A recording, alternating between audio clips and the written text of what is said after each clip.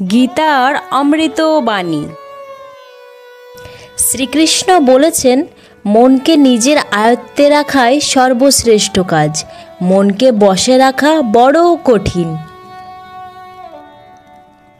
কারণ মন বড় চঞ্চল। কখন সে কোন বিষয় নিয়ে কোথায় ছুটে যাবে তা কেউ বলতে পারে না। তাই মনকে সংযত করাই সুখী হওয়ার পথ।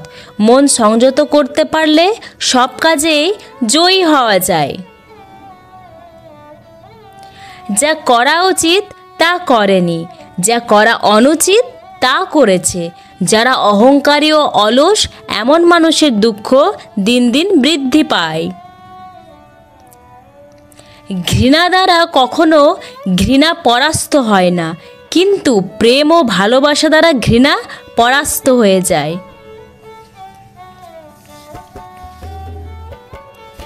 জন্মের দ্বারা কেউ নিজ জাতি বা ব্রাহ্মণ হয় না, কেবল কাজের দ্বারাই মানুষ নিজ বা ব্রাহ্মণ হয়ে থাকে।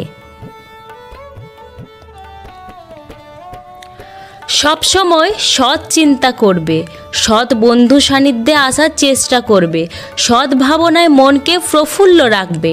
তাহলে দেখবে তোমার মধ্যে এক আশ্চর্য শক্তির উত্তরণ ঘটে গেছে।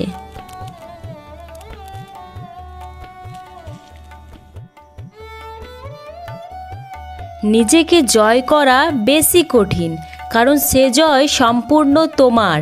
কারণ তা কোনো দেবতা কিংবা দৈত্য, স্বর্গ কিংবা নরক কেউ তোমার থেকে কেড়ে নিতে পারে না।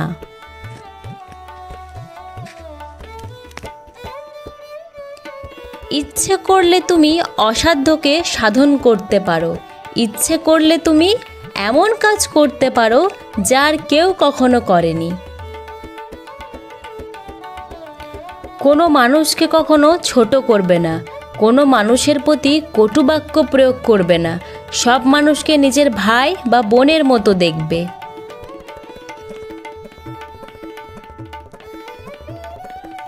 যেমন ফুল নাড়তে নাড়তে ঘ্রাণ বের হয়, চন্দন ঘষতে ঘষতে গন্ধ বের হয়, তেমনি ভগবত তথ্য আলোচনা করতে করতে তত্ত্বজ্ঞানের উদয় হয়। নিজেকে বিশ্ব প্রকৃতির ক্ষুদ্রাতি ক্ষুদ্র অংশ বলে মনে করবে।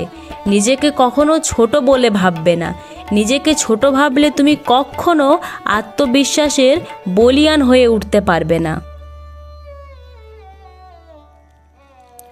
সংসারের জীবন হলো গুটি পোকা।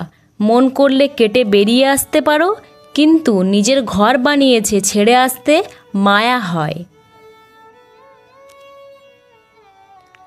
রাধে রাধে।